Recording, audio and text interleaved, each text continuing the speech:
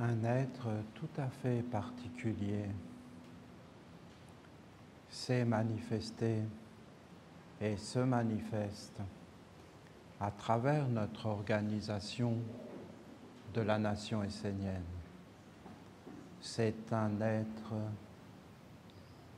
très beau et très noble, avec une grande dignité. Ce n'est pas un être terrestre, c'est un être céleste, un être très grand, une divinité. Et quand on regarde la nation essénienne, qui est née dans les territoires de la philosophie occidentale, grâce à une tradition ininterrompue d'êtres qui sont venus, ce n'est pas quelque chose qui vient forcément des humains, c'est une tradition qui a perduré et qui a voulu continuer à vivre sur la Terre à travers une multitude d'individus. Et il faut savoir qu'il y a une multitude d'êtres qui sont dans cette lumière et qui la cherchent. Moi-même, je cherchais la mer et j'ai toujours su, il n'y a rien de nouveau.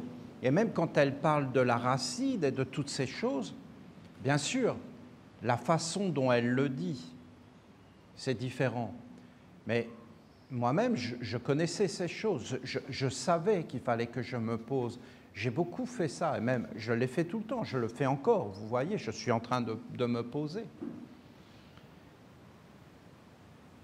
Mais c'est complètement différent de savoir une chose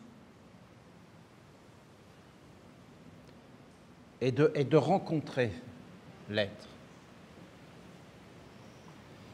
C'est comme d'avoir entendu parler d'un être et de rencontrer cet être. Et en fin de compte, ici, nous rencontrons cet être. Nous sommes dans sa présence. Notre maman, la maman du monde, la maman des mamans, le principe de la maman vit ici. Et on peut le rencontrer et être avec. Ce que dit la maman, j'essaie de vous le dire. J'essaie. Mais la vérité, c'est que je n'y arrive pas. C'est ce que je pense, moi, profondément. Je ne peux pas transmettre. Je ne sais pas comment faire ça. Parce que elle, il n'y a pas de mots. Je ne peux pas dire le goût de l'orange. Je peux essayer, hein, j'essaye. Hein. Mais à la fin, comment vous voulez que je fasse? Mais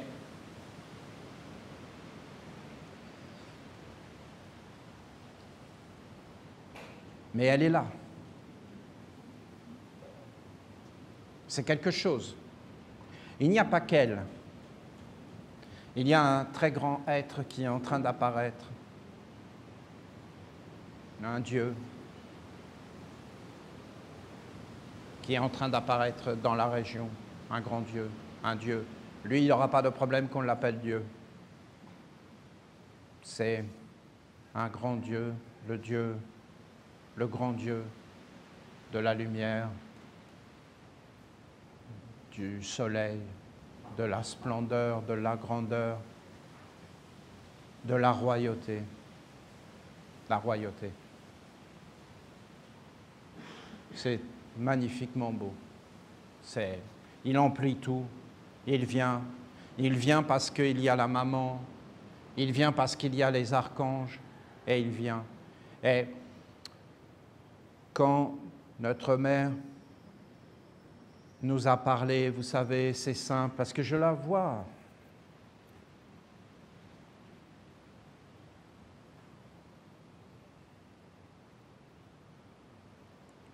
Mais elle nous dit, c'est simple, vous avez des mondes, et elle prend comme référence cette ancienne science des astres, des influences, de ce qu'on a appelé l'astrologie, c'est-à-dire les caractères, les traits de caractère, que nous venons avec des traits de caractère.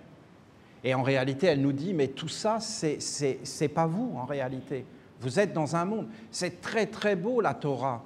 Dans la Torah, dans la Genèse, vous avez des textes qui disent que les dieux ont créé le ciel et la terre. Mais ça, c'est une traduction. Mais c'est de l'araméen ancien. Et en réalité, ils appellent le ciel Shamaïn. Mais Shamaïn, ça ne veut pas du tout dire le ciel en araméen ancien. C'est parce qu'ils ne savent pas traduire. C'est comme en anglais, vous avez deux mots pour ciel. Vous avez le sky, il me semble, c'est sky, et heaven. Et heaven, c'est aussi le ciel. Mais comment tu veux traduire ça? En français, il y a un seul mot, ciel. Mais peut-être on dit paradis pour heaven. Je ne sais pas, mais le paradis, ça a une notion de terre aussi. Le paradis terrestre. Il y a quelque chose de très concret. Et donc, dans l'araméen ancien, Shamaïn, ça ne veut pas forcément dire ciel. Et alors, ils ont traduit terre par Aretz. Aretz, en araméen ancien, ça ne veut pas forcément dire terre. Ça veut dire... Alors, le ciel et la terre. Ils ont créé le ciel et la terre. Mais quelle pauvreté hein, dans la traduction. Non. Shamaïn, ils ont créé l'éternité, ce qui est éternel, qui ne change jamais, qui ne change pas, qui est sans changement, immortel, éternel, immuable. Ils ont créé l'immuable. C'est autre chose, non? J'essaie de traduire. Et Aretz, ils ont créé l'astralité des astres. Voilà. L'astralité des astres. Voilà. Ils ont créé et ils ont dit la Terre, l'astralité des astres, le lieu des influences, le lieu de la transformation. Ils ont créé la fixité et le mouvement, ça c'est Jésus. Le royaume des cieux est semblable à une fixité dans le mouvement, c'est-à-dire est semblable au ciel et à la terre, à l'union du ciel et de la terre, du Père et de la Mère. Le royaume des cieux, c'est l'union. L'union. L'union de l'immuable et du devenir permanent. Et Aretz, astralité des astres, eh bien, ça veut dire que c'est vivant. Et que notre corps, c'est de la terre, mais en réalité, c'est des astres. C'est du cosmos. C'est ce qu'a essayé de nous dire la mère. Et qu'on est dans le langage. Et avant, ils appelaient cette étude des astres, donc de la terre. Donc, Vénus, c'est la terre. Le soleil, c'est la terre. Voilà comment pensaient ceux qui ont dit, au commencement, Elohim, les dieux, ont créé le ciel et la terre. Et la façon dont ils l'ont traduit, c'est tellement pauvre, ça veut tellement rien dire, c'est tellement... il n'y a plus aucune connaissance, c'est mort. C'est comme un cadavre. C'est devenu un cadavre. Alors qu'en réalité, ça expliquait le corps. Et quand la mère, elle nous parle de ses influences, elle parle de tout ça, mais elle en parle d'une façon tellement simple et elle veut nous dire en réalité, mais arrêtez de vous inquiéter pour toutes ces choses-là, ça n'a pas une grande importance. C'est très simple parce que pour elle, c'est la simplicité. Elle aime vraiment la simplicité et elle n'aime pas la confusion. Elle aime ce qui est clair, ce qui est simple. Parce que, si vous voulez, elle, dans sa tête, dans sa tête, elle n'a pas forcément de tête, mais dans son être, elle nous voit complètement autre que ce que nous sommes. Et elle, ce qui l'intéresse particulièrement, c'est les femmes. Voilà. Alors, nous, est-ce que les femmes nous intéressent? Mais voyons, soyons clairs, si on commence à s'intéresser à ça, mais on est foutus. Il n'y a pas plus foutu que les femmes. C'est quelque chose qui est vraiment descendu très très bas, qui est une destruction massive. C'est que du malheur. Parce qu'en réalité, c'est le fondement même de la vie. Et si on plonge là-dedans et qu'on va dans la racine, et c'est ce qu'elle veut qu'on fasse, mais je vous assure qu'il y a un décalage tellement grand entre ce qu'on vit et ce qu'on devrait vivre. On ne devrait pas du tout vivre comme on vit, mais pas du tout. Alors je sais bien qu'on doit être des Esséniens, qu'on doit se retrancher, mais comment vous voulez qu'on fasse concrètement? Parce que quelque part, on a notre vie. Donc il faut vraiment être posé pour aller vers ces enseignements-là. Je peux vous garantir qu'il faut être posé, qu'il faut avoir des bases. Parce qu'on n'en a pas forcément des bases. On n'en a pas forcément. Parce que, par exemple, pour notre maman, la sérénité, c'est très, très important. Très important. La paix, la sérénité, la joie de vivre, c'est très important. La liberté des enfants. Que les enfants soient libres, qu'il n'y ait pas de peur, pas d'inquiétude, qu'il n'y ait pas d'obsession, qu'on ne soit pas sur eux, qu'on les laisse faire leurs expériences dans la nature. Et le prendre soin, et tout ça, pour elles, sont des qualités avec lesquelles on doit vivre. C'est-à-dire que si on ne vit pas avec ces qualités, on est perdu. Et elle, quand elle nous parle de la racine, quand elle nous parle de tout ça, dans le fond, elle s'intéresse aux principes féminins. Et c'est quelque chose que j'avais vu quand j'étais en Égypte, et que j'ai été prié dans la grande mosquée. Et j'étais là dans la grande mosquée, je priais. Mais j'ai vraiment vu l'islam et leur grande sagesse au niveau des hommes et des femmes. Et j'ai vu que ils avaient un ancien savoir, mais qu'ils sont en train de perdre. Mais qu'ils savaient qu'en fin de compte, les hommes devaient être portés par les femmes pour aller vers Dieu. Et que l'homme et la femme sont les deux qui vont vers Dieu. Et ils doivent aller vers Dieu ensemble, mais pas de la même façon. Et qu'ils étaient ensemble, et qu'on vit ensemble, qu'on vit en famille, qu'on se protège, qu'il y a de la douceur, de l'amour.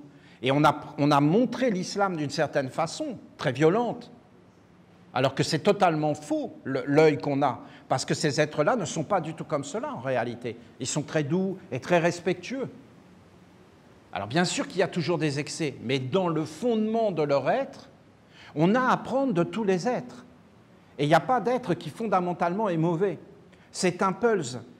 On doit tous s'assembler. Moi, je vous parle de communisme, mais en réalité, dans le communisme, il y a des valeurs de matérialisme où les êtres veulent vivre dans le bien. Et ces choses, on peut les comprendre. Ben, bien sûr, là, on est en train de toucher le fond. Donc, à un moment donné, il faut que ça s'arrête, si vous voulez, parce qu'après, c'est la grande déchéance. Je vous dis qu'il y a de la valeur et que j'avais compris beaucoup de choses et que j'étais dans cette mosquée et que j'avais vu les femmes qui portaient tout un monde et qu'elles le savaient ce qu'elles faisaient et qu'elles savaient que sans elles, les hommes ne pouvaient pas aller vers le Père.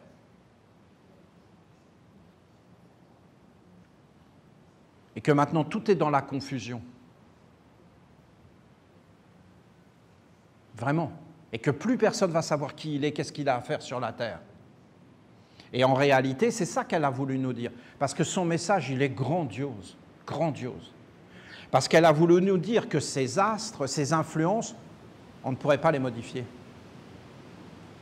Parce que les êtres, ils ont des expériences à faire sur la terre. Mais qu'en réalité, toi, tu dois t'accomplir. Et tu dois te poser et trouver ton chemin, ta sérénité et ta paix.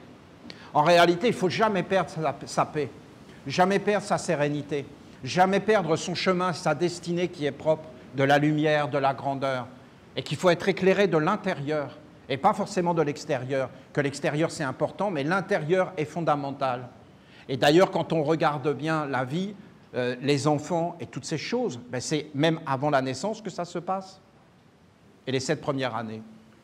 Et ce que tu apprends dans le ventre de la maman, c'est qu'elle te donne ton corps et tous tes organes.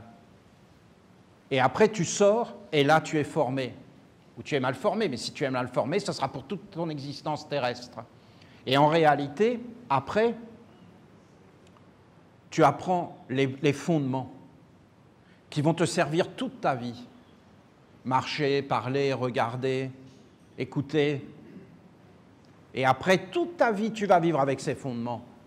Donc en réalité, c'est le fondamental, c'est la lumière à l'intérieur. Et tout ce qu'elle dit, c'est d'une beauté, parce qu'elle parle de transmission, de tradition, de préserver certaines valeurs. Et en fin de compte, que l'homme ne vit pas sur la terre, parce que ce n'est pas sa maison, la terre, et qu'il vient d'un monde beaucoup plus grand, et qu'il rencontre des influences. Il vient d'un Shamaïn, il vient d'un Heaven, il vient d'un paradis, il vient d'un royaume beaucoup plus grand. Et en fin de compte, il rentre dans une astralité des astres, il rentre dans un monde en création permanente, et dans ce monde, dans la création permanente, il doit montrer qui il est. Et il sera testé, et il doit faire apparaître quelque chose. Et il est un créateur. Et quand, en fin de compte, il y avait Jésus qui est venu sur la terre, eh bien en réalité, ce n'était pas un homme. C'était un monde qui venait, c'était le monde que nous sommes en train de rencontrer. Et c'est le même monde que nous rencontrons. C'est-à-dire, il y a la maman, et il y a ce grand être, ce grand Dieu, l'innommable dans la lumière, dans la splendeur. Il vient comme la royauté, comme la beauté, comme la magnificence. Il emplit tout, la terre est sienne, il est la royauté. Il est, on l'appelait Melchizedek, le roi de la justice, l'ordre, l'harmonie, la grande paix, le grand règne de la lumière, de la splendeur. On ne devrait vivre que pour cela. Nous, les Esséniens, nous sommes dédiés, nous sommes consacrés au service de ces êtres. Être Essénien, c'est être consacré, c'est être au service de ces grands êtres et faire apparaître des grands êtres. Parce que c'est ce que nous a dit notre maman. Elle nous a dit en réalité qu'il y a des influences tout autour de nous et qu'il y a des influences territoriales et culturelles. Hein. Et nous devons apprendre en fin de compte à ne pas laisser entrer certaines influences. Mais nous n'avons pas à lutter, car ces influences existent, elles sont dans ces mondes et elles ont leur place. Nous devons juste trouver notre place et agir. C'est pourquoi elle nous parle de la racine et c'est pourquoi elle nous parle d'un développement, d'une éducation. Parce qu'aujourd'hui, tous ces mondes vont disparaître. Vous en avez encore qui parlent avec la maman. Vous en avez encore sur la terre. Vous en avez encore dans la jungle, en Afrique. Vous en avez en Mongolie. Vous en avez en Sibérie. Ils connaissent, ils parlent. Mais ce n'est pas la même chose. Ils parlent d'un ancien monde, mais ils n'ont pas un contact réel avec. Ils savent qu'elle existe, ils le savent encore, comme un atavisme, comme quelque chose qui est à l'intérieur. Mais ils ne la rencontrent pas, ils ne parlent pas avec elle. Et bien souvent, ils sont animés par cet être à l'intérieur qui veut vivre sur la terre et qui a oublié les mondes supérieurs.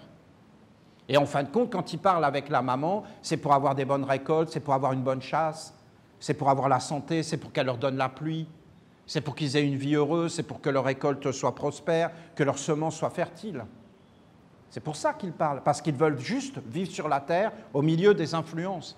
Mais elle, ce qu'elle veut, c'est que nous vivions dans cette racine d'éternité, de grandeur. Vous avez écouté tout ce qu'elle dit. Et ce placenta à l'intérieur, et qu'elle veut accueillir son fils, le roi, le père, son époux. Car la mère et le père sont un. Le père et moi, nous sommes un.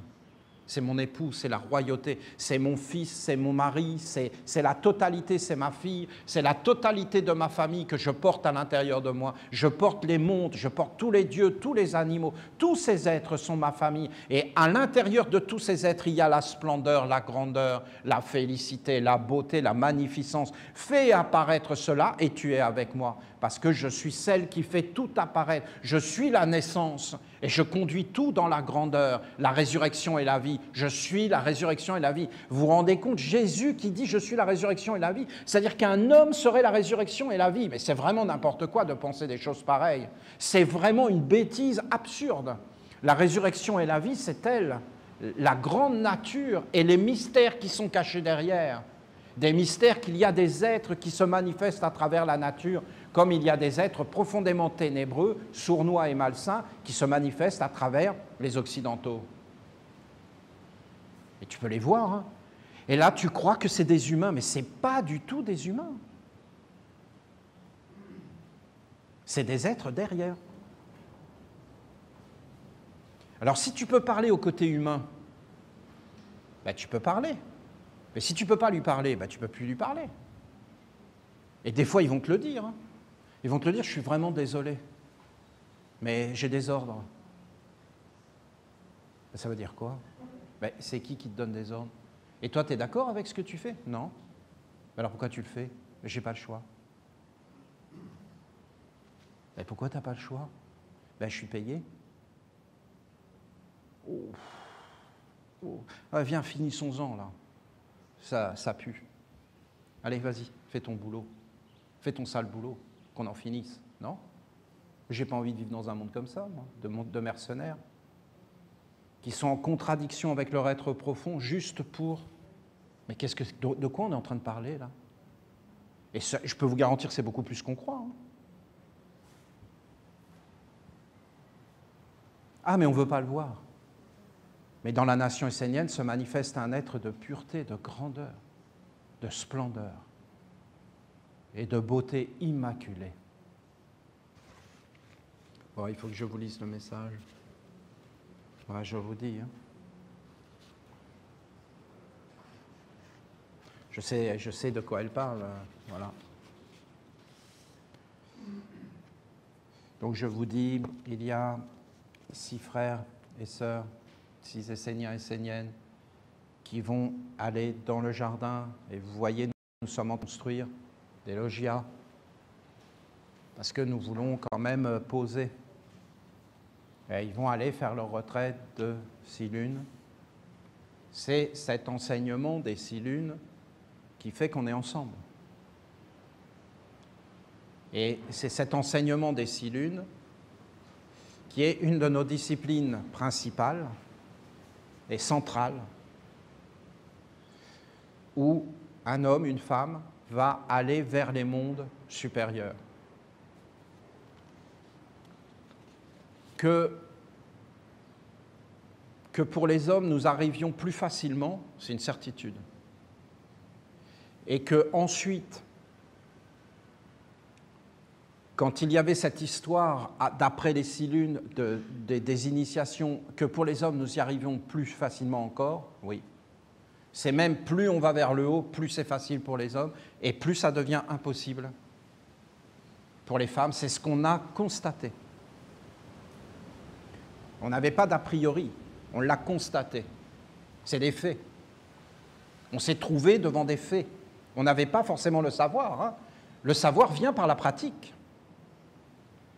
Mais avec la mère, nous avons vu qu'il y avait une voie qui était spécifique pour le côté féminin. Et en fin de compte, c'est cette voie de faire apparaître la racine, de prendre soin, d'être beaucoup plus précise, beaucoup plus attentive qu'un homme. En fin de compte, il n'a pas forcément besoin de s'intéresser de toutes ces choses. Parce que dans la théorie, le côté féminin le fait pour lui. Et lui, il est posé sur le côté féminin. S'il n'y a pas la mère, c'est fini. Qu'est-ce que vous voulez? Nous ne pouvons rien faire. Nous nous appuyons sur elle, sur son amour, sur sa sagesse, sur sa grandeur. Donc elle va nous parler des 6 lunes. Parce que c'est historique, vous comprenez, mais il faut que vous sachiez que c'est tout le temps historique. C'est incroyable. Nous écrivons vraiment une histoire. Et chaque année, notre production est grandiose. L'année dernière, c'était les 6 lunes féminines. Et cette année, c'est dans le jardin de la lumière. Et vous en avez 11, c'est quand même incroyable. Hein. C'est pas facile de faire C'est pour vous dire la force incroyable des Esséniens, des Esséniennes, hein, vous ne trouvez pas? Non, mais il faut une sacrée détermination pour faire des choses pareilles. Le chemin des 6 lunes, qu'il soit masculin ou féminin, est unique, sacré. Il appartient au peuple noble qui aspire à entrer en communion avec les anges. Voilà, tu fais tes 6 lunes parce que tu veux traverser les mondes et entrer dans un dialogue concret et conscient avec les mondes supérieurs, c'est-à-dire le Shamaïn, le ciel, le heaven, le ciel réel, immuable, les anges, le côté éternel, immortel, le côté immuable. Donc tu vas tout de suite arriver sur des vertus, comme la bonté, qui sont des vertus en réalité féminines. Sans les vertus féminines, c'est impossible d'aller vers Dieu. La douceur, la tendresse, le prendre soin.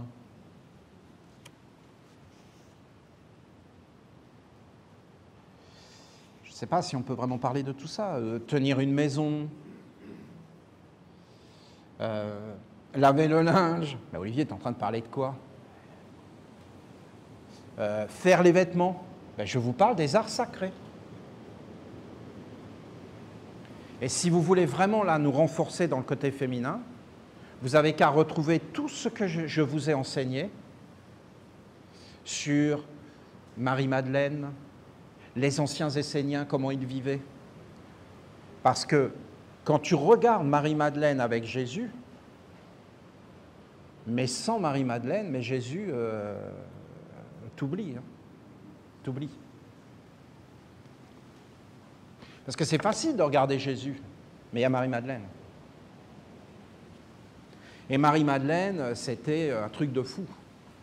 C'est-à-dire, elle s'occupait de lui comme c'est même pas concevable.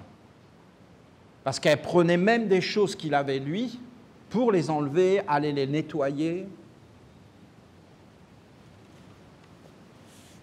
Elle allait dans les rivières, elle faisait tout un tas de travail. Il y a même à un moment donné, je vous avais expliqué qu'ils vont dans une rivière et qu'ils plongent pour aller chercher un secret dans le fond. Et que Jésus n'y arrive pas, Saint Jean n'y arrive pas, et Marie-Madeleine, elle y arrive, parce qu'en fin de compte, elle voit qu'elle n'a plus d'air,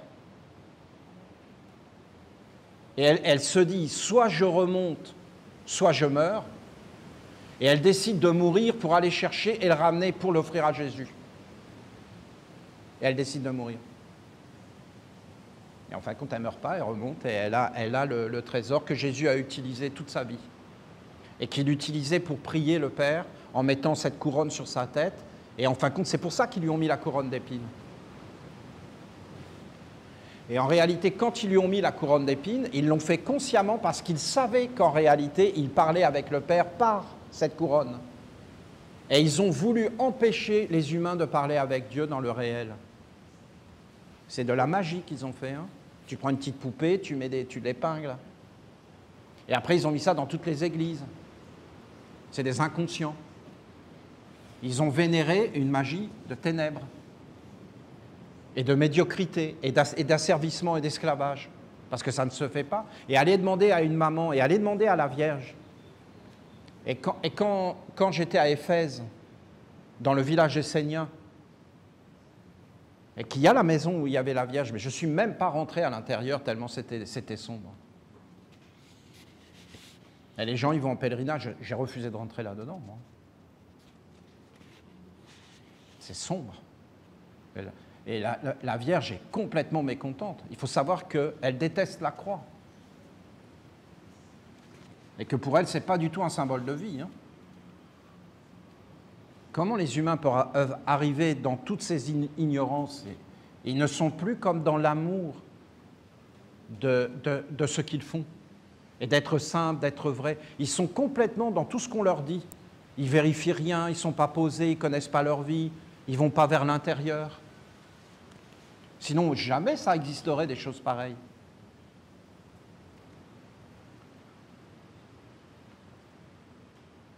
Saint Jean, il était enterré.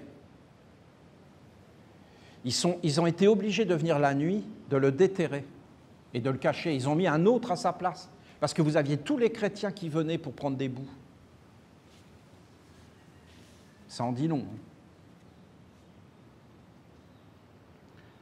L'homme vient sur la terre dans un état d'apprentissage.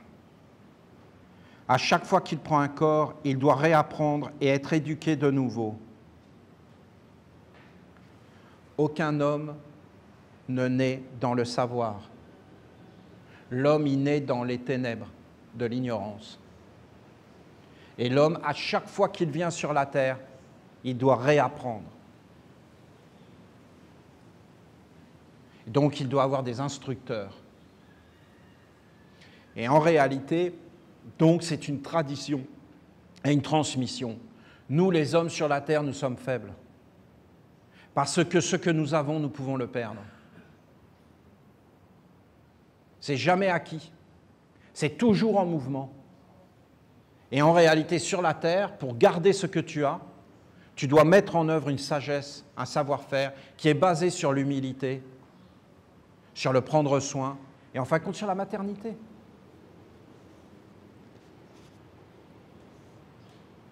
Nous allons des ténèbres vers la lumière. ou alors des ténèbres vers les ténèbres, ou alors des ténèbres vers la fausse lumière, le faux savoir. C'est très beau, hein, ce qu'elle va dire. C'est l'homme vient sur la terre dans un état d'apprentissage. À chaque fois qu'il prend un corps, il doit réapprendre et être éduqué de nouveau. Or, les vrais instructeurs, les vrais professeurs et guides sont les anges.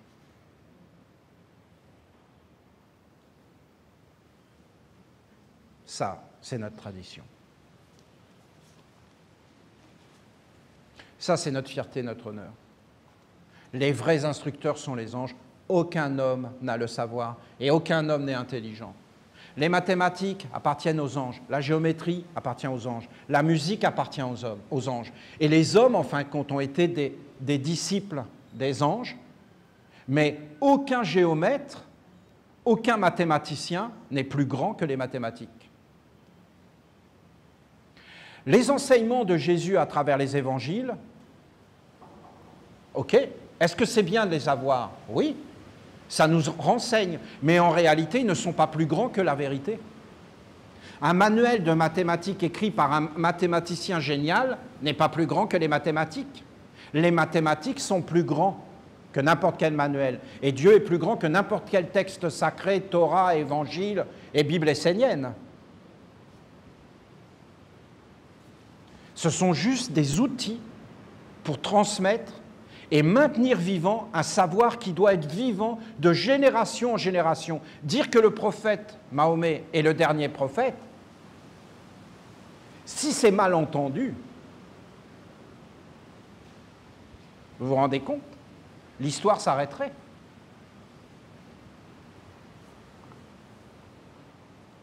Oui, c'est le dernier des prophètes, d'une grande lignée, en attendant le prochain. Bien sûr, c'est le dernier.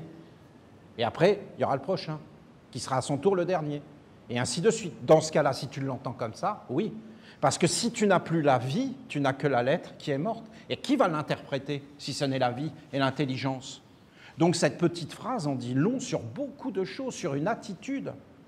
Qu'en réalité, si on aime vraiment la vie, les enfants, on doit les conduire dans un apprentissage.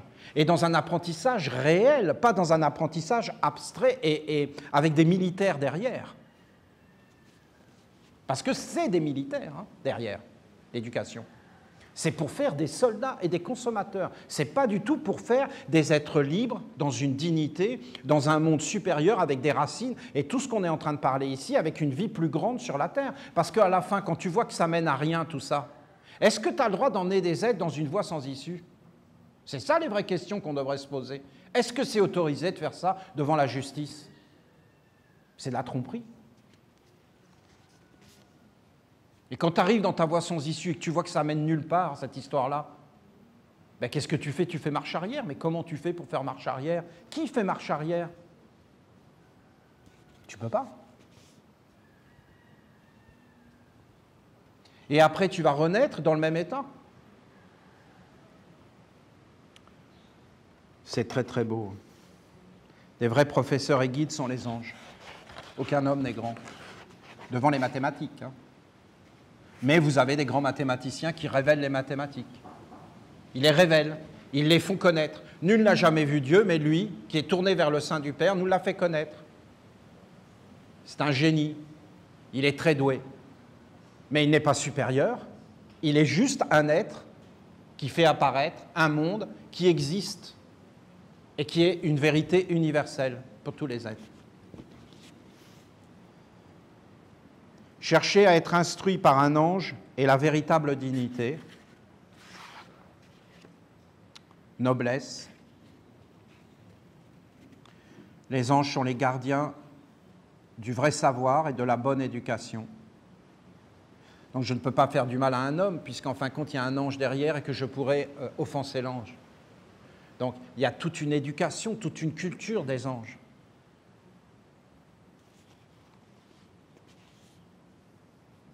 Moi, quand je vous enseignais, c'était la guerre. Non, mais des trucs de fou. Hein. Une fois, j'étais en train de vous parler, je sais exactement de quoi je vous parlais, je sais exactement où j'étais, comment j'étais assis. Et je vous parlais d'un couple et ce qui se passait la nuit dans leurs rêves. Et il y a tout un monde qui est apparu dans la salle comme un nuage gluant qui emplissait la salle. Et tout le monde était en train de s'endormir. Et c'était impossible de m'écouter. Et je voyais que ce monde, toujours en train de m'insulter, en train de me dire « Pour qui tu te prends? Tu n'as pas le droit de dire ces choses-là. Nous ne voulons pas que tu dises ces choses-là.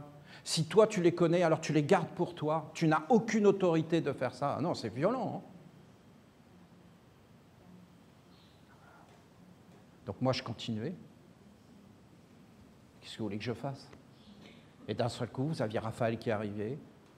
Et donc, il s'en allait et il disait, il a l'autorisation, vous n'avez rien à dire, et il partait. Vous vous rendez compte? Non, mais vous vous rendez compte de vivre ça? Et même j'étais en train de vous parler, et il y avait des serpents qui sortaient du sol et qui se mettaient devant moi. Et vous pouvez regarder certaines conférences quand je suis jeune, ça a été filmé, et vous me voyez en train de faire ça. Mais je ne peux pas, parce qu'en fin de compte, ça faisait ça. Et toujours en train de me dire, t'arrêtes maintenant, t'arrêtes, et je ne pouvais pas l'enlever. Non, alors je restais calme, mais ça me déconcentrait un truc de dingue. Vous vous rendez compte, vous avez un truc comme ça devant vous, sans arrêt, qui veut vous perturber. Non, mais pour vous dire que c'est la guerre, c'est quand même incroyable, quoi. Alors qu'on parle de bonté, d'éducation, non mais c'est fou, vous ne trouvez pas? Alors je sais que je ne dois pas parler de moi. Alors je ne le fais pas, mais bon, je le fais quand même parce que quelque part, mais je vous dis que c'est intarissable, toutes les expériences. Ça pose des questions quand même, vous ne trouvez pas?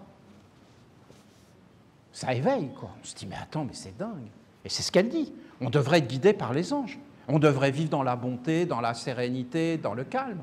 Mais à un moment donné, il faut quand même qu'on arrive et qu'on soit déterminé. Alors après, vous voyez tout un tas de symboles, et après vous voyez des prêtres autour de moi et tout ça, mais c'est parce que je voulais chasser ces êtres-là à la fin. Et qu'à la fin, tu prends ta vie en main, tu te dis comment on doit faire, et vous voyez qu'il n'y a pas de mal dans le fond. Et que le mal, c'est quand il ne se manifeste pas, parce qu'en fin de compte, tu es plus vigilant, tu n'es plus dans l'attention, tu es complètement à côté, tu ne vois pas la réalité. J'ai jamais eu de problème avec le mal, moi personnellement. Je comprends son utilité de nous éveiller, et même il y a un côté éducatif derrière tout ça. Donc je l'accepte, hein. Et je n'ai jamais été dans une rancœur, j'ai jamais même pensé ce que j'aurais pu faire. Hein. Choper le serpent après dans des temples, qui était venu. Ah, t'es venu tout à l'heure, toi, hein? T'es venu? Oui, mais maintenant, c'est moi qui t'appelle. Alors, mon petit gars, hein? On va faire quoi maintenant, hein? Puis là, je t'ai bien encerclé, là. Regarde la raclée que tu vas te prendre. J'ai jamais fait ça, j'ai même jamais pensé. Et pourquoi? Mais parce qu'il a son utilité. Et que c'est à l'intérieur de soi qu'il faut chercher, et pas à l'extérieur. Et que tout est dans une justice divine, mais que des fois, ce n'est pas facile à avaler, hein, cette histoire-là. Et qu'il faut s'organiser pour se renforcer et pour arriver à mériter que ça s'en aille. Voilà. Mais je trouve ça quand même assez incroyable. Et j'invite, puisque la maman nous en parle, c'est que c'est possible, hein, à ce qu'on vive d'une toute autre façon maintenant, dans la sérénité, sans conflit, sans chercher à redresser le monde, sans chercher à nous occuper de ce qui ne nous regarde pas. C'était même incroyable son message, parce qu'elle disait même qu'on pouvait profiter des faiblesses et des qualités des autres, quand on était centré, pour devenir sans arrêt plus fort, plus capable. C'est vraiment centré sur soi pour amener une générosité, une bonté. Mais si on est tous pauvres à la fin, ça ne sert à rien.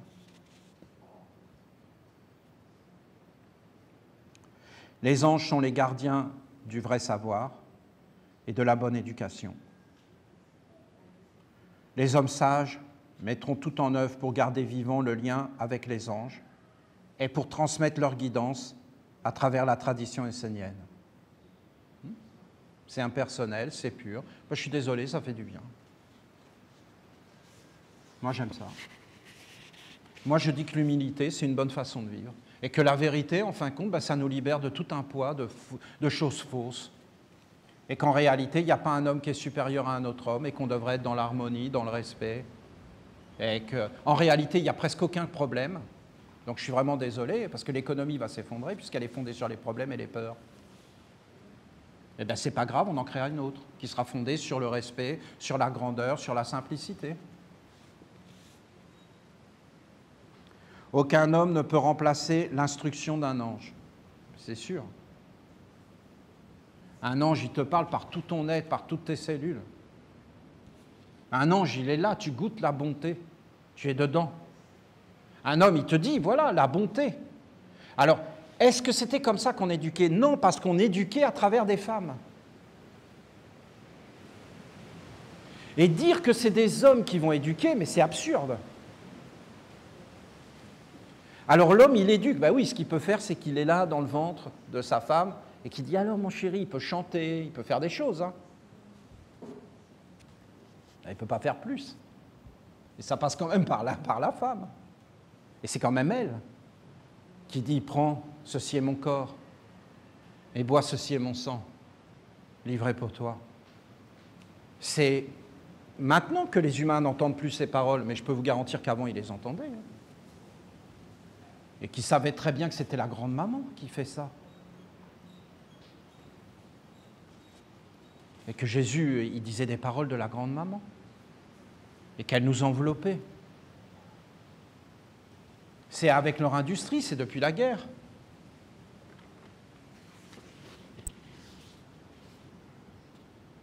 C'est toujours la guerre d'ailleurs. Et je vous parle la main sur le cœur, c'est incroyable leur histoire. Parce que vous avez la guerre 14-18 là en Europe, avec des chars, avec des gaz. Ils ont gazé, des gaz moutarde, des gaz. Et comme par hasard, juste après, vous avez toute l'industrie avec les tracteurs et les produits chimiques. Et ils ont fait des tests vivants sur les humains.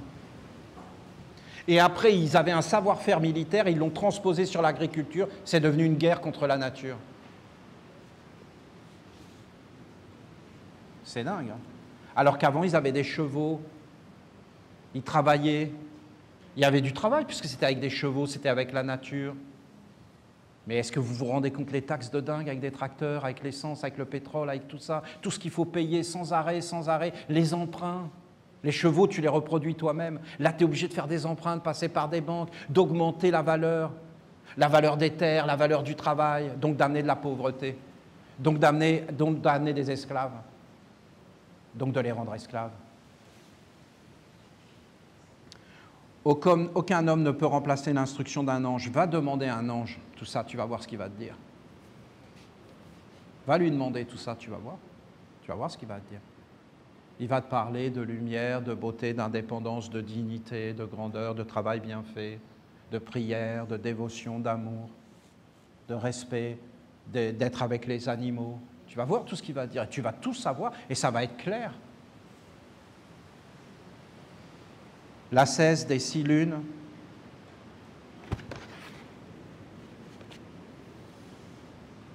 a tissé le lien de lumière avec l'ange et à la découverte de la racine primordiale.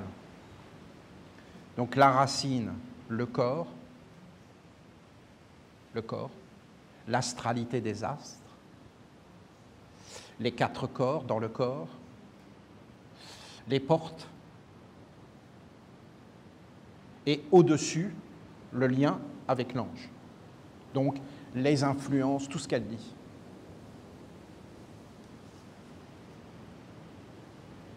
Dans cette discipline, le candidat doit s'appuyer en conscience sur la terre et sur la tradition afin de purifier et de simplifier ses gestes, sa volonté, son cœur et sa pensée.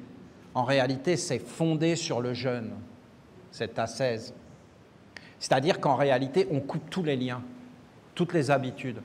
C'est pour ça que c'est dangereux. Parce qu'en réalité, quand tu coupes ces habitudes, tu te retrouves avec les mondes qui sont derrière. Mais nous, maintenant, on a tellement travaillé qu'on a vraiment posé le chemin. Hein. Donc c'est beaucoup plus facile.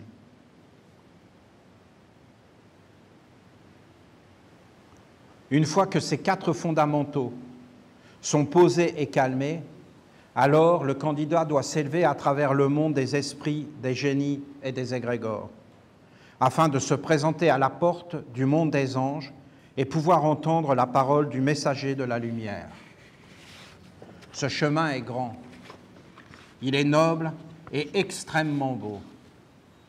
Sachez que vous, les Esséniens, vous êtes connus depuis des temps immémoriaux pour honorer ce chemin qui conduit l'homme vers l'instruction des anges. Oui, mais Olivier, nous, on est nés, on n'était pas des Esséniens. Non, non, mais quand vous êtes rentrés dans la ronde des archanges, moi, je vous ai nationalisé. Tu rentres dans la ronde des archanges, tu es nationalisé, essénien. Mais comment tu peux faire ça? Mais comme n'importe qui le fait. Hein. Moi, mes enfants, ils viennent d'être nationalisés, ils ont prêté serment, au Canada, ils ont prêté serment à la reine d'Angleterre. Ils viennent de le faire. Maintenant, ils sont canadiens, ils ont les passeports. Pourquoi? Ben, ils ont prêté serment à la reine d'Angleterre. La reine d'Angleterre a le pouvoir de dire, ben, toi, tu es un de mes sujets maintenant. Et à partir de ce moment-là, c'est réel. Et c'est dans tous les mondes qu'on peut faire ça. Donc nous, les Esséniens, dans la ronde des archanges, par nos actes, par nos œuvres, ce que nous sommes en train de faire maintenant, vous en avez qui sont dans l'au-delà.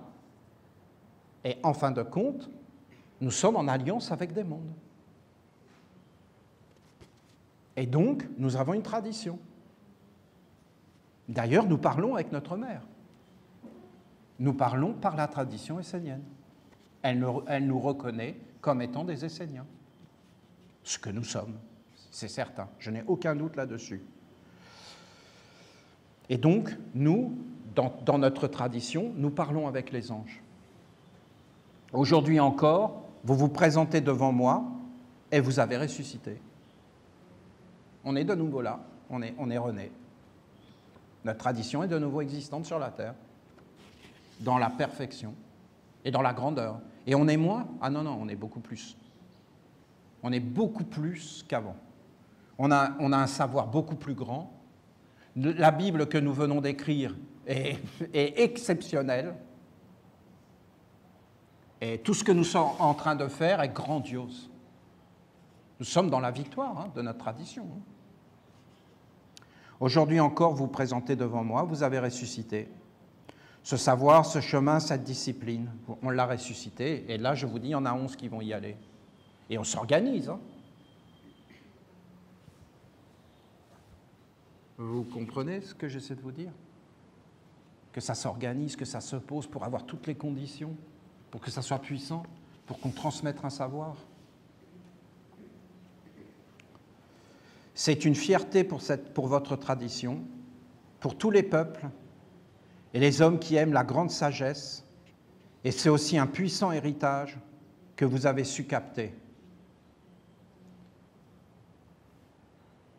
Que vous soyez un homme ou une femme, vivez dans cet héritage, car elle est une grande richesse pour vous, vos familles et vos maisons. Donc si on accepte cet héritage, on va entrer dans la richesse. Si on ne l'accepte pas, on va rester dans la pauvreté. Au final, vous allez voir, dans ce monde-là, ils vont tout prendre.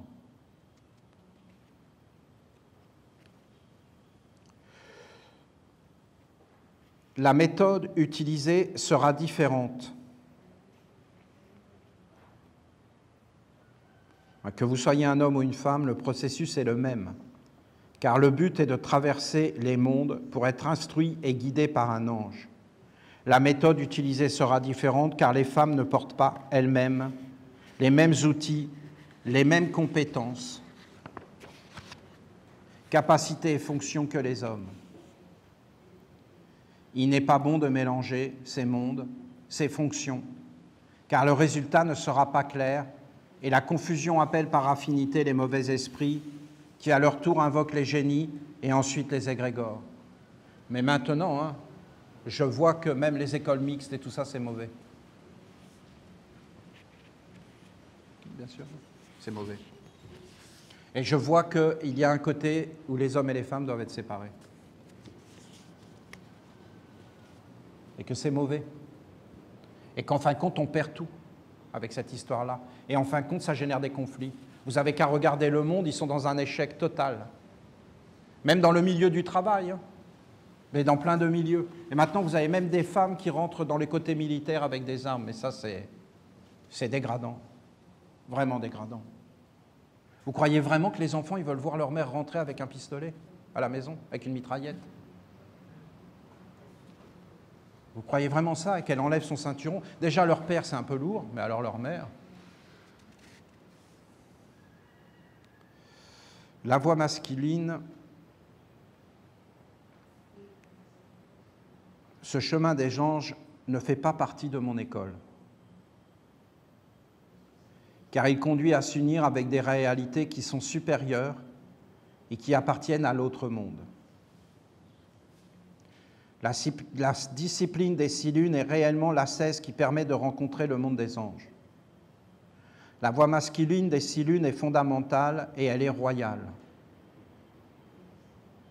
Par essence, elle est liée à la royauté, à la justice, à la dignité et à la force qui gouverne et qui maintient les mondes dans l'ordre et la grande paix. La voix féminine aussi est dans la dignité, une très grande dignité. C'est que la voix masculine, elle est sans existence propre. Alors que la voix féminine, elle est plus avec une existence propre. Et elle est plus en train de prendre soin des choses et de poser des choses simples, des choses, et de prendre soin. Alors que la voix masculine, elle est plus... Et les hommes vont être confrontés à des mondes violents. Et ils doivent être prêts à donner leur vie. Alors que le côté féminin, justement, ne doit pas vouloir donner sa vie, mais la faire grandir, en prendre soin, être dans une sérénité, une grande protection, une douceur, une paix, une gentillesse.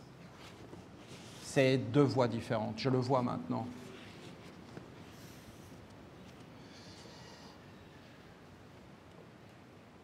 Pour entrer dans ce rayon et traverser cette porte, il faut que les hommes développent certaines qualités pendant leurs 6 lunes et même avant. En fin de compte, un homme, s'il n'a pas déjà l'initiation féminine, il ne peut pas se présenter devant ces mondes. Il doit être posé, ça doit être fait. S'il n'a pas tout ce travail d'être fait, il va se faire déraciner. Il doit être sans peur, sans obscurité, engagé, déterminé, et porter en lui le bâton sacré, la colonne de lumière, le pilier sur lequel un monde supérieur peut se poser afin de régner sur la terre. Il est insensible à toute influence. On ne peut pas le détourner de son chemin. Il ne va pas réagir devant une force. Il va rester stable. Rien ne peut le déstabiliser. Il n'a pas peur, il ne se pose pas de questions. Il sait ce qu'il veut. Il est déterminé. Rien ne va l'arrêter. La voix féminine est tout aussi fondamentale, mais elle est différente dans son approche, car elle est liée à moi, à ma présence, à mon être.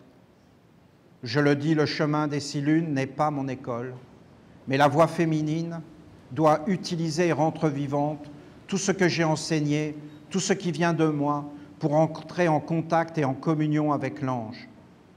C'est en manifestant mon école, ma présence, que les femmes peuvent attirer les anges et communier avec eux.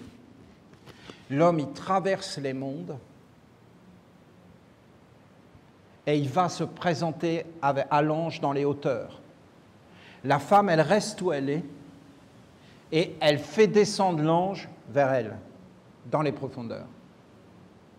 Voilà. Les femmes, elles attirent, les hommes, ils se déplacent.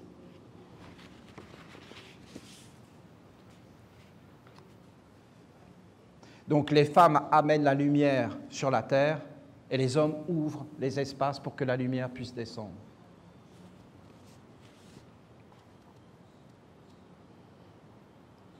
Je le dis, le chemin des 6 lunes n'est pas mon école. C'est en manifestant mon école, ma présence, que les femmes peuvent attirer les anges et communier avec eux. Alors que les hommes affrontent le mal, les femmes ne le rencontrent pas et n'y sont pas confrontées. Ainsi, l'homme et la femme sont complémentaires et doivent se soutenir dans l'œuvre en comblant leurs faiblesses par la force de l'autre aspect. Les femmes doivent être posées sur le sol afin de retrouver le vrai sens de la féminité à l'intérieur, de la douceur, des valeurs du cœur et aussi le discernement de certaines influences négatives qu'elles ne doivent pas laisser entrer en elles grâce à leur discipline et à leur savoir-faire qui protège. Et j'ai des visions, je vois tout ce qu'elle dit, mais je ne peux pas vous les transmettre. Ça n'existe plus. C'est tout bête. Elles sont là, en train de cultiver des plantes pour guérir et nourrir. Et en fin de compte, elles sont en train de chanter. Et elles sont toutes ensemble. Et il n'y a aucun conflit.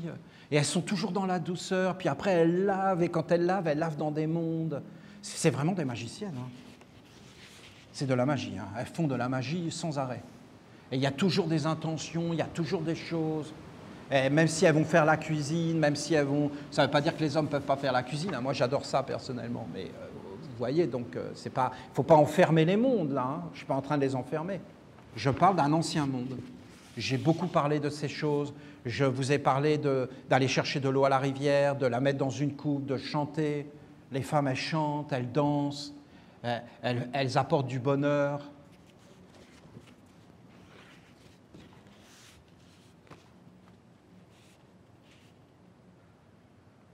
Mais j'ai vu ça en Afrique. En Afrique, elles savent ça, mais ce n'est pas pur. Elles sont pour avoir un pouvoir. Donc elles font entrer le serpent, du pouvoir. Et après, elles veulent contrôler l'homme. Donc c'est pas bon. C'est pas simple. Parce qu'elles savent que l'homme a un pouvoir du ciel. Donc elles veulent le pouvoir du ciel pour réaliser sur la terre. Mais au moins, elles le savent. Et elles connaissent les secrets. Elles savent comment danser. Et puis, elles se parlent entre elles. Et puis, elles protègent. Elles protègent les familles, les relations. Elles connaissent des secrets, beaucoup de secrets. Elles m'ont montré. Hein.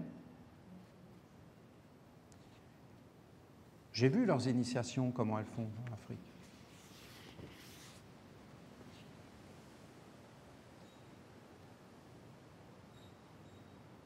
Dans la nation essénienne, un grand nombre d'enseignements ont été transmis sur le rôle des femmes et sur l'initiation, la sagesse et le bonheur, le prendre soin qui conduit les femmes dans la dignité et la valeur intérieure et extérieure. Toute cette sagesse doit être étudiée, vivifiée et rendue réelle par la pratique, par l'expérience jusqu'à devenir une réelle façon d'être au monde. Ce savoir est très ancien, car il est mien. Et il fait partie de mon école. Il est mon école. Il est ma présence. Avant, vous, il avait disparu. Car les humains, même si certains se rappellent de moi, m'ont perdu de vue et ne savent plus me parler et m'entendre. Être un avec moi et me comprendre avec un cœur pur et une âme vierge, une sincérité, un réel dévouement. Essayez de les regarder. Ils se mettent des fleurs, d'hibiscus, là, les femmes, c'est joli, hein, dans certains peuples. Et après, ils s'habillent tout jolis, et puis ils dansent comme ça. Et ils dansent ensemble avec des rythmes, parce qu'ils regardaient la nature, ils voyaient des esprits derrière. Et puis après, ben, je vous dis, il y a toujours ces mondes qui arrivent.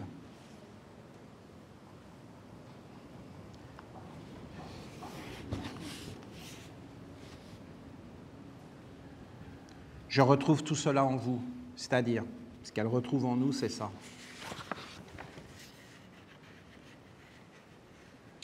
La fidélité et un réel dévouement. Voilà. Il y a une pureté. Nous sommes des êtres purs. Je retrouve tout cela en vous et c'est pourquoi je vous reconnais. Et je sais qui vous êtes. Vous êtes mes Esséniens, qui êtes revenus vers moi pour me connaître et m'honorer de nouveau. Oh, ça fait plaisir. Allez, je vous le relis. Bon. je retrouve tout cela en vous, et c'est pourquoi je vous reconnais. À travers les siècles, on est revenu vers elle. Et je sais qui vous êtes. Vous êtes mes Esséniens qui êtes revenus vers moi pour me connaître et m'honorer de nouveau. Vous êtes prêts à entendre et à accomplir ma volonté, car le lien qui nous unit est l'amour. Le lien de la maman que je suis. Sachez que la femme est différente de l'homme. L'homme est semblable au monde extérieur, qui maintient les mondes en ordre, en équilibre et qui garantit la justice. La femme appartient à l'intérieur, c'est pourquoi elle est plus sensible, plus délicate et qu'elle doit être préservée de ces mondes de justice et de piliers. Elle aussi doit porter un monde, mais il est plus proche, plus intime, et elle est tout à fait capable d'en prendre soin, de l'aimer, de s'organiser pour le faire grandir et le conduire vers la grandeur. Quel bonheur d'entendre ça à l'époque de Lara Croft et de toutes ces femmes hyper musclées qui mettent des raclées à tout le monde. Non mais c'est vrai quoi. Non mais à la fin on va faire comment?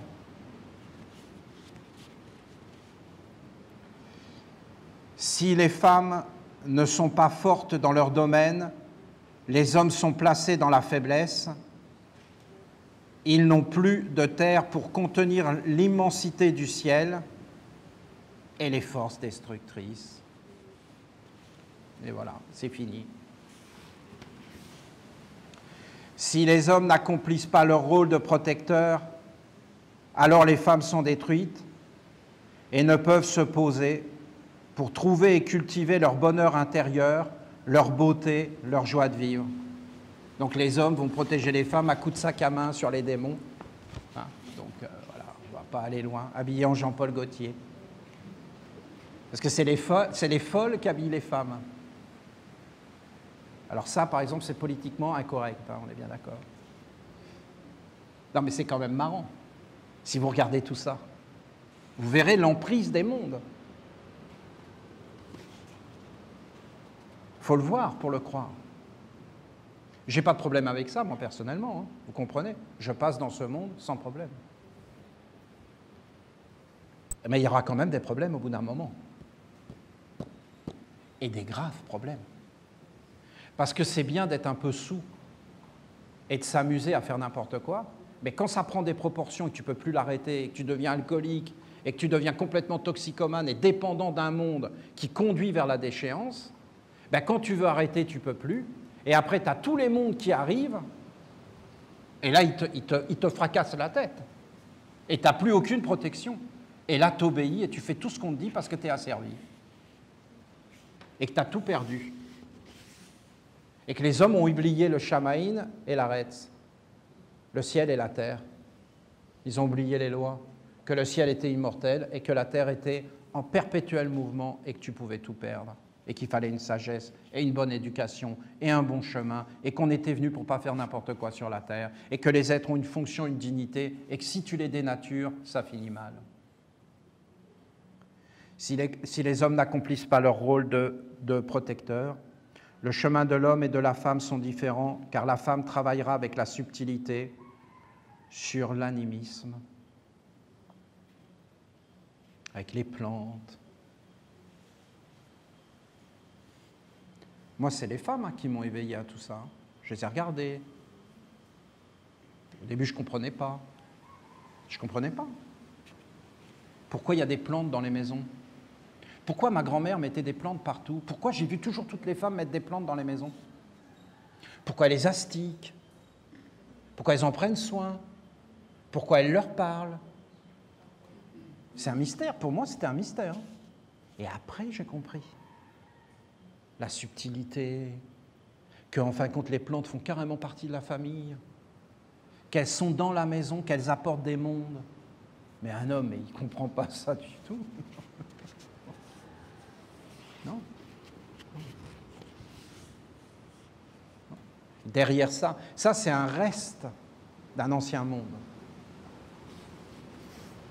C'est pour respirer. Il faut quelque chose à aimer. Il faut quelque chose à s'occuper. Qu'est-ce que le monde pourrait être plus simple?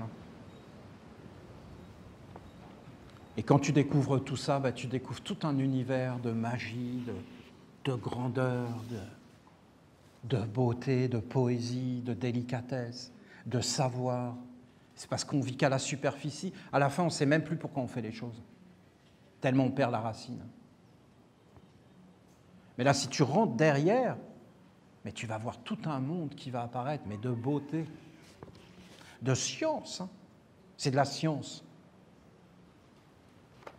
Il y a toute une intelligence derrière tout ça.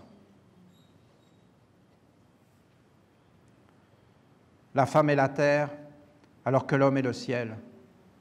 Tous les deux portent un monde, et tous les deux doivent trouver leur voie et leur complémentarité. Les anges sont au-dessus, et aussi le but suprême, car ils apportent l'union et la victoire. L'homme est un pilier qui unit le ciel et la terre. Il est un bouclier qui protège, qui rassure. Il est celui sur qui on peut compter, car il est fidèle et vrai. L'enseignement sur la racine est universel, car c'est le fondement de la vie sur terre.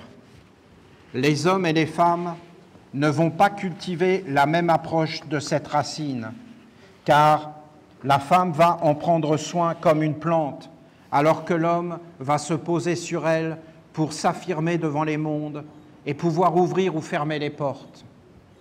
Là où la femme va chercher à développer et à prendre soin dans les moindres détails, l'homme va chercher à se poser sur la force pour ordonner et maintenir l'ordre.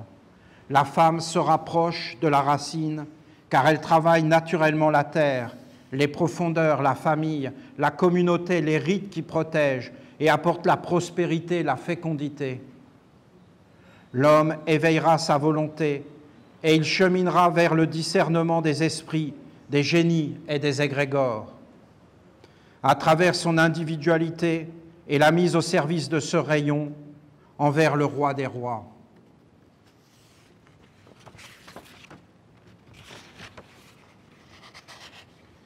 C'est un chemin plus impersonnel qui nécessite un dépouillement, une renonciation à une existence propre.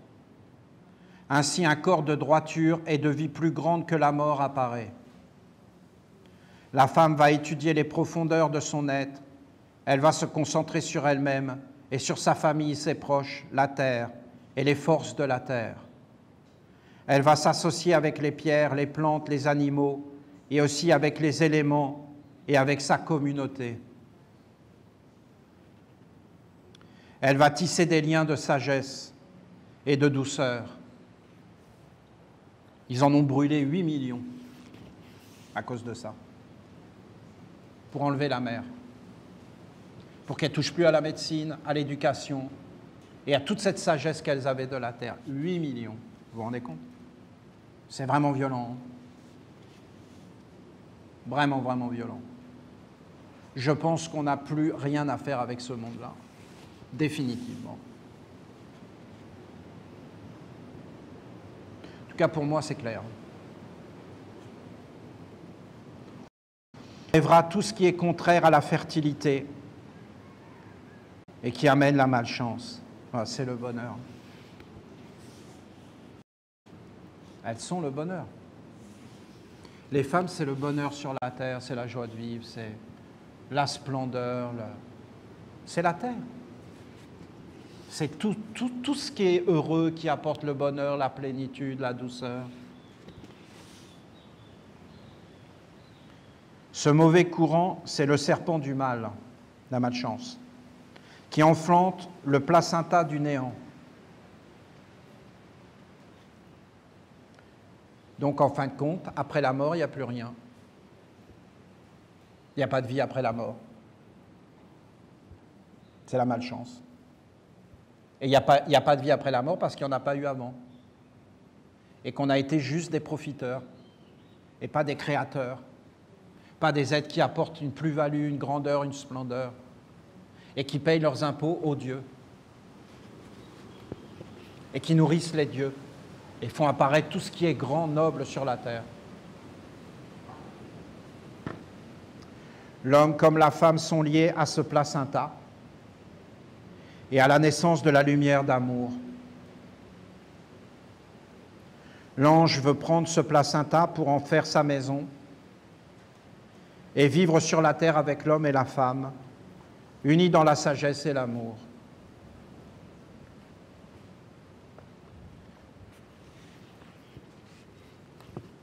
Donc dans nos maisons, c'était les anges.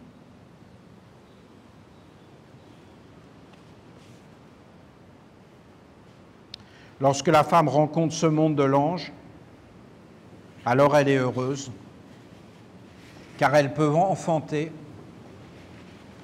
organiser, faire apparaître les mondes et mettre au monde la belle lumière de la vie.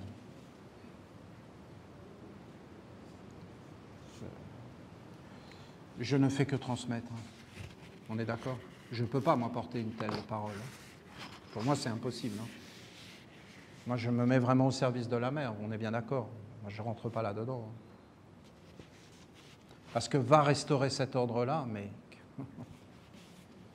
Non, mais vous voyez l'ampleur de la tâche. Il ne faut même pas se concentrer sur la philosophie occidentale. On est dans une déchéance noire. Totalement détruit. Et malheureux. Profondément malheureux. C'est n'importe quoi. Je l'ai toujours su. Il ne faut pas être idiot. Même quand tu arrives dans ce monde, que tu as un enfant, quand tu vois les adultes, tu te dis qu'est-ce que je fous là? Si tu es un peu éveillé, et tu as gardé la mémoire des temps anciens, ben, tu as peur, profondément. Et je ne vois pas les choses qui s'arrangent. Parce que je ne vois pas qui va résister maintenant avec Internet. Et tout ce qu'ils reçoivent dans la tête. C'est un truc de dingue ce qu'ils voient, parce qu'ils savent se servir de ces outils-là.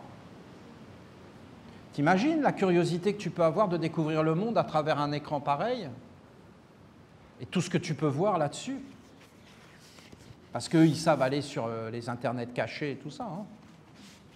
Et il y en a des trucs là-dessus, que nous, on n'a pas forcément envie de voir, parce qu'on ne veut pas voir la laideur, et qu'on a les filtres, mais eux, ils ne les ont pas forcément.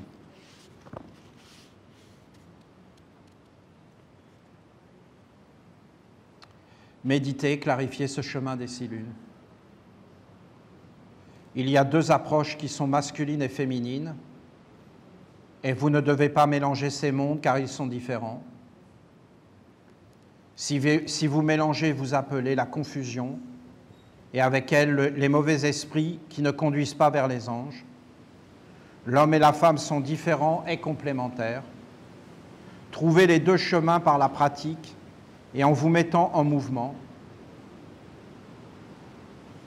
C'est-à-dire que la mère nous dit que c'est en faisant qu'on apprend.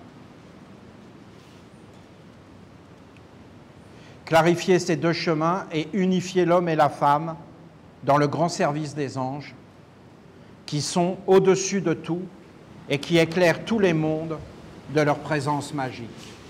Voilà.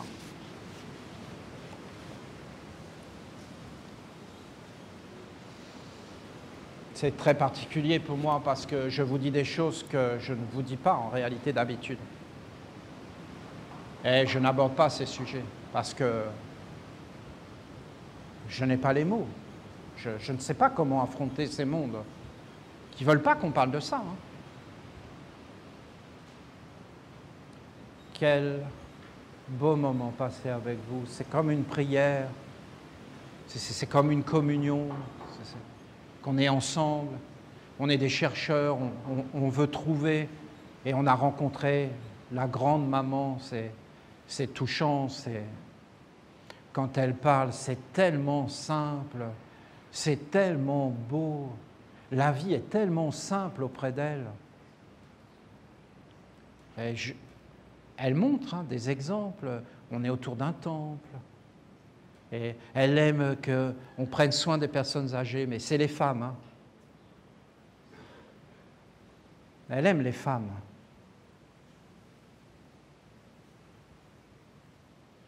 Elle aime les femmes qui se caressent, qui se touchent, qui se lavent, qui sont ensemble. Elle n'aime pas cette espèce de serpent-là. Elle n'en veut pas. Elle veut la sagesse, mais pas la fausse sagesse. Bon, écoutez, je vous ai suffisamment parlé. Recevez toute mon admiration et mon grand respect et mon admiration, ma profonde admiration de tout ce que vous mettez au monde, de tout ce que vous faites d'incroyable. Ceux qui sont de l'autre côté, ils ont eu peur parce qu'ils ont tiré des pétards et des feux d'artifice. Oui, on a une grosse organisation, mais on va se poser. Mais alors, ils ont eu peur, c'est marrant. Alors, mais ça fait partie de leur initiation, mais on va quand même s'organiser.